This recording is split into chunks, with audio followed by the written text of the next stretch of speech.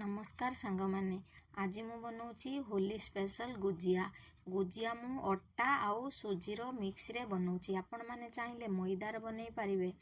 ए गुजियार stuffing पाई मटी dry fruits रो use करिछि। सबु dry fruits जमिति कि काजू आलमंड ड्राई कोकोनट को ग्राइंडर जार रे ग्राइंडिंग करिनेली। तापरे सेथिरे डेसिकेटेड कोकोनट किशमिश को मिक्स करिनेली। तापरे कढ़ई रे घियो गरम करी सेथिरे गोटे कप सुजी नहीं भल भाबरे फ्राए करिनेली। सुजी फ्राए होई गला परे सेथिरे सबु ड्राई फ्रूट्स को देई भल भाबे मिक्स करिनेली। तापरे एथिरे मु जागरी पाउडर देली। आपण माने चाहिए चीनी को पाउडर करी दे पारिबे। तापरे एथिरे इलायची पाउडर देई एहाकू भल भाबरे मिक्स करिनेली। आपण माने ड्राई फ्रूट्स को मध्य चॉप करी नहीं पारिबे। मु एथि ग्राइंडिंग करके नेछि। तापरे 2 कप गहम अटा सहित गोटे कप सुजी नेली।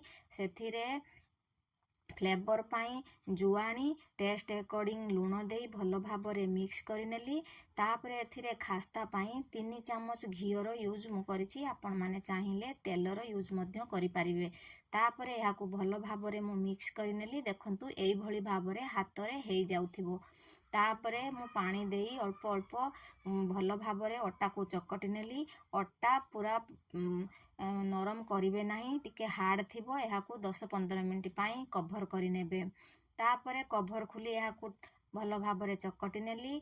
तापरे पूरी भली एहाकू बेली गुजिया स्टैंड रे रखी ए स्टफिंग देई भल भाबरे एहाकू प्रेस करि नेली। देखंतु रेडी होई गला मोर गुजिया। तापरे गुजिया को छाणिबा पाई मु कढ़ाई रे तेल गरम करि नेली। तेल एठी गरम होई गलानी। गुजिया को एथिरे देई भल भाबरे फ्राए करि नेबी।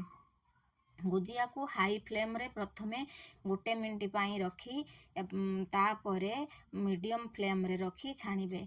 पूरा हाई फ्लेम रे छाणिबे नहीं, एहा ऊपर क्रंची होई जिवो भितरे कंचा रही जिवो। तेणु मीडियम फ्लेम रे छाणिले एहा भल भाबरे क्रंची हेबो। देखंतु सांग माने मोर गुजिया सब केते सुंदर फ्राए होई जाइछि। सांग माने आपण माने होली पाई गुजिया प्रस्तुत कलेनी कि नाही कमेंट रे निहाती कहिबे।